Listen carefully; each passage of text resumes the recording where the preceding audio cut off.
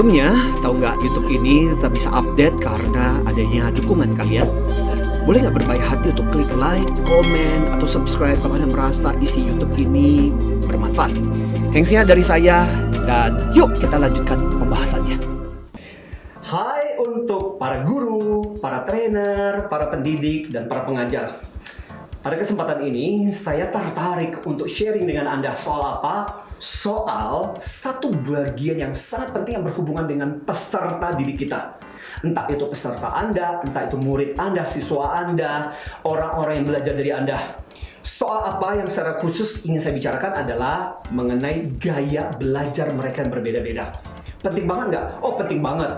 Karena sebagai seorang pendidik, kadang kita nggak sadar bahwa cara belajar siswa kita tuh berbeda-beda. Akibatnya apa? Kita seringkali mengeneralisir dan menganggap bahwa kemampuan mereka untuk belajar itu sama. Padahal Tuhan menciptakan orang dengan cara berbeda-beda. Dan ternyata kita bisa mengelompokkan mereka supaya apa? Supaya apa yang kita ajarkan, apa yang kita berikan kepada mereka itu lebih nyantol, lebih masuk, lebih nancep di otak mereka. Nah, memang ada banyak teori, ada banyak hal untuk menjelaskan ini. Tapi secara khusus pada kesempatan ini saya akan mengambil sebuah teori yang agak jelimet, mohon maaf ya. Tapi mudah-mudahan Anda tetap stay bersama dengan saya, karena ini sesuatu yang sangat penting. Ini berurusan dengan sebuah konsep yang sebenarnya sangat penting, karena ini berdasarkan penelitian seorang bernama David Cope, di mana dia membagi cara belajar orang dengan berbagai hal yang berbeda-beda. Dan ini adalah sesuatu pembelajaran yang sangat penting yang seringkali di dalam kesempatan ketika saya mengajar training for trainers, ketika saya mengajar para guru, saya seringkali menyampaikan materi ini. So, yuk, mari kita langsung saja kita bahas apa yang dikatakan oleh si David Cope ini dan bagaimana caranya teori ini bisa kita pergunakan, bisa kita pakai untuk membuat pembelajaran kita menjadi lebih sukses dan berhasil. So, saya sudah siapkan flip chart ini untuk mempermudah kita untuk belajar teori yang dikatakan oleh David Cope ini. Nah, menurut David Cope, ada dua sisi yang akan menjadi bahan obrolan kita. Nah, ada garis mendatar dan garis tegak lurus. Nah, garis yang mendatar ini bicara tentang bagaimana seseorang memproses informasi-informasi. Nah, ada yang sifatnya aktif, oke, ada yang sifatnya pasif. Nah, menurut David Cope, mungkin kata pasif itu kan kesannya kaku, kesannya tidak melakukan apapun. Jadi, pasif itu seringkali diganti dengan kata reflektif. Ya. Ini berbicara mengenai bagaimana seseorang merefleksikan. Nah, selain itu, ada garis yang tegak lurus ini yang disebut dengan cara kita mempersepsi sesuatu. Cara kita fokus pada apa yang kita pelajari. Ada yang senang dengan hal-hal yang sifatnya abstrak, ya. Ada yang senang dengan hal-hal yang sifatnya konkret. Oke? Nah, disinilah untuk pertama-tama, David Cope kemudian membagi pembagian dasar dari siswa murid peserta kita. Bicara mengenai aktif ini, maka David Cope kemudian mengatakan ada tipe orang yang disebut dengan AE. Tahu nggak AE itu singkatan apa? AE ini singkatan dari Active Experimentation.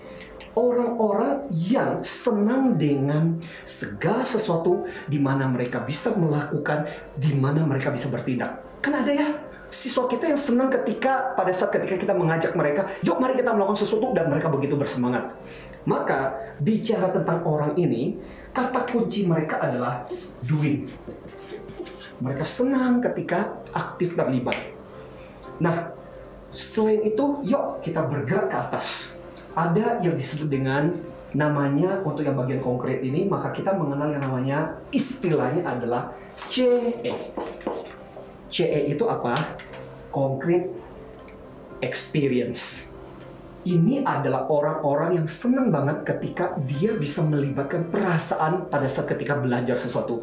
Jadi kata kunci mereka di sini adalah feeling. Mereka senang merasa.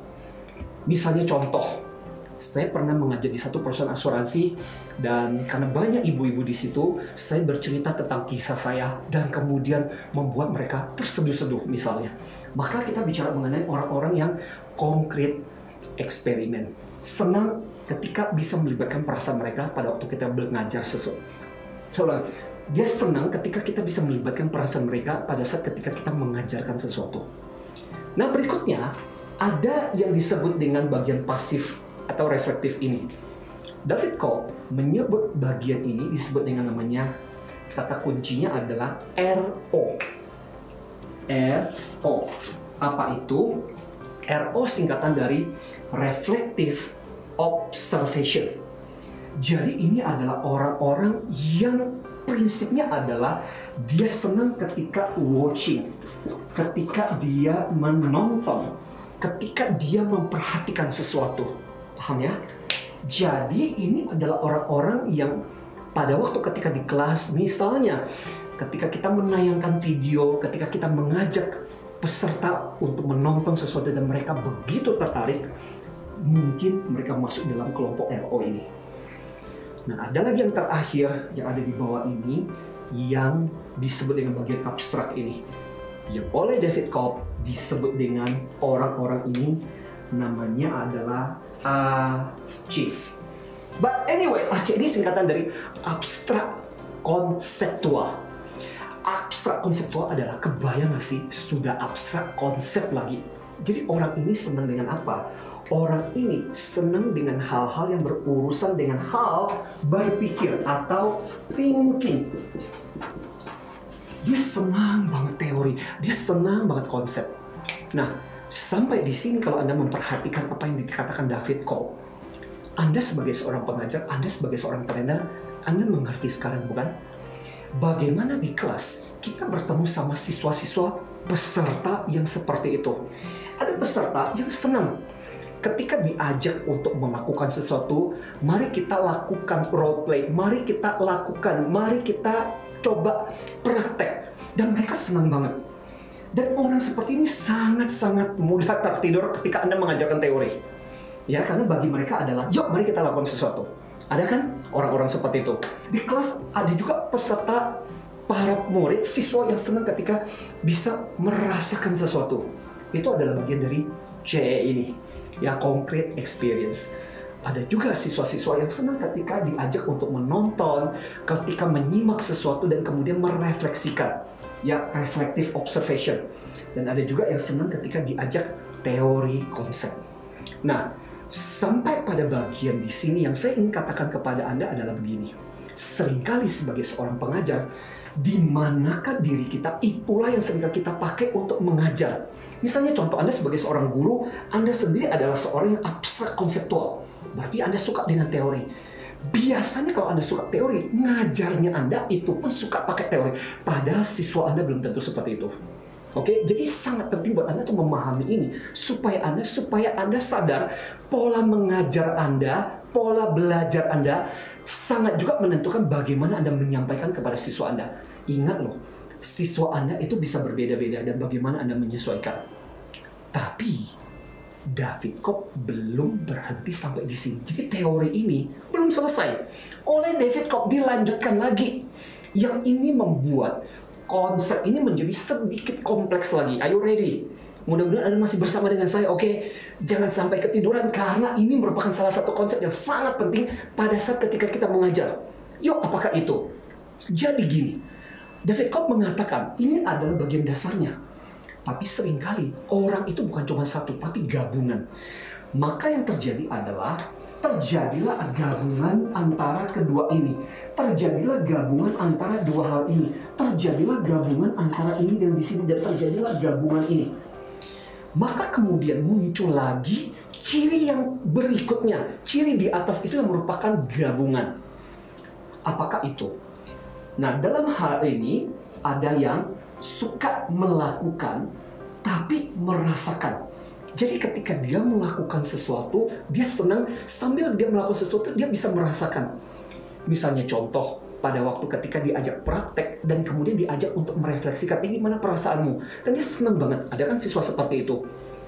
Oleh David Cope, dia punya satu istilah.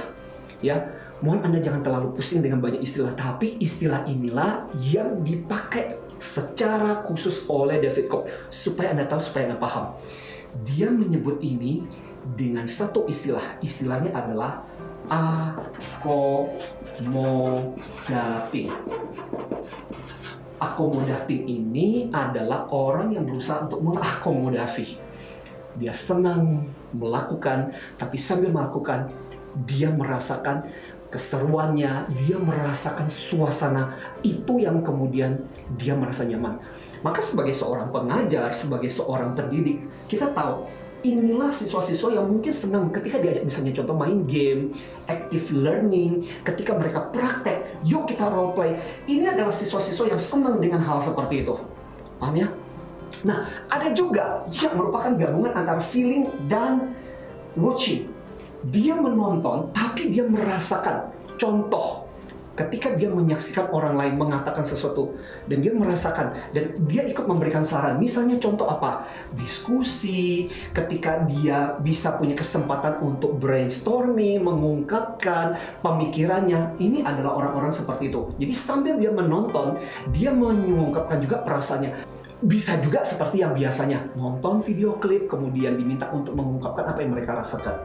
Inilah yang oleh David Koch disebut dengan orang-orang yang diverging, ya.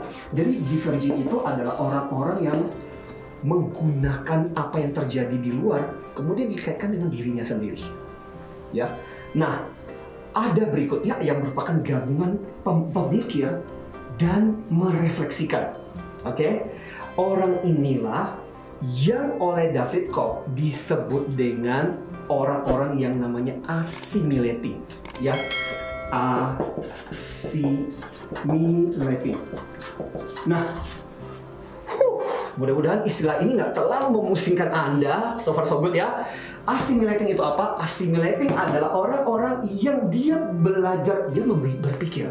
Tapi bagaimana pada saat ketika berpikir sambil menyaksikan dan melihat. Jadi misalnya contoh pada saat ketika siswa Anda menyaksikan Anda sedang mengajar. Dan dia memikirkan, merenungkan, dan ditanya bagaimana analisa kamu, bagaimana pemikiran kamu. Nah, ada siswa-siswa yang senang seperti itu. Ini bagian dari berpikir sebenarnya. Senang, dia mengasimilasikan dengan apa yang dia ketahui. Makanya orang-orang ini termasuk yang suka dengan teori. Dan yang bagian yang terakhir, oke, adalah gabungan dia melakukan sambil dia berpikir. Orang inilah yang oleh David Koch disebut dengan orang-orang yang converging. Ya, converging. Nah, orang yang converging ini adalah ibaratnya ketika dia tahu tentang sesuatu, dia mencoba untuk mengaplikasikan dan melihat dalam konteks yang lebih luas. Ada orang-orang yang dia senang ketika sambil dia praktek, dia memikirkan bagaimana saya bisa mengaplikasikan, bagaimana teori ini bisa saya terapkan lebih luas. Kan ada ya orang-orang seperti itu. So, dari teori ini, ya saya berharap sekali lagi bahwa mudah-mudahan buat Anda nggak terlalu membingungkan. Tapi ini adalah salah satu teori tentang learning style, tentang cara belajar siswa yang sering dan banyak dipakai untuk membuat pelajaran-pelajaran atau kurikulum menjadi lebih sesuai pada saat ketika dibawakan kepada siswa-siswa kita. Nah, ingatlah, dari pembelajaran ini, sekali lagi saya mau simpulkan 3 poin. Pertama-tama, tadi saya sudah sampaikan, yaitu apa? Jangan sampai karena mentang-mentang Anda sebagai guru, Anda senangnya di satu sisi, lantas kemudian Anda menyampaikan dengan sisi itu saja. Ingat loh ya, siswa Anda bukan cuma satu sisi. Siswa Anda bisa beragam. Nah, berusaha untuk mengakomodasi mereka. Yang kedua, siswa dengan tipe tertentu lebih senang diajarin dengan gaya tertentu. Jadi belajarlah untuk menyesuaikan dengan mereka. Misalnya contoh, kalau siswa Anda termasuk yang senang untuk praktek, cobalah untuk melakukan pendekatan dengan gaya praktek sehingga dia merasa lebih suka, dia merasa lebih nyaman dengan pengajaran Anda. Nah, yang ketiga, ini yang paling penting, yang seringkali jadi pertanyaan, bagaimana saya bisa tahu siswa saya isinya adalah tipe seperti apa? Tidak ada cara lain kecuali Anda sebagai guru pada saat ketika Anda menyampaikan materi Anda berusaha untuk menjangkau paling nggak ke 4 tipe ini. Tipe di mana Anda bisa mengajak mereka melakukan, tipe di mana Anda bisa mengajak mereka merasakan, tipe di mana Anda bisa mengajak mereka untuk menonton, tipe di mana Anda bisa mengajak mereka berpikir. Karena itulah yang akan berperan besar kepada kesuksesan, keberhasilan siswa kita pada saat ketika menerima materi pembelajaran training dari kita. Semoga konsep ini tidak terlalu membingungkan, konsep ini tidak terlalu membuat pelik. Tujuan saya adalah supaya Anda sebagai seorang pendidik, sebagai seorang trainer, sebagai seorang pengajar, Anda harus tahu tentang teori yang sangat-sangat penting di dalam dunia pendidikan ini.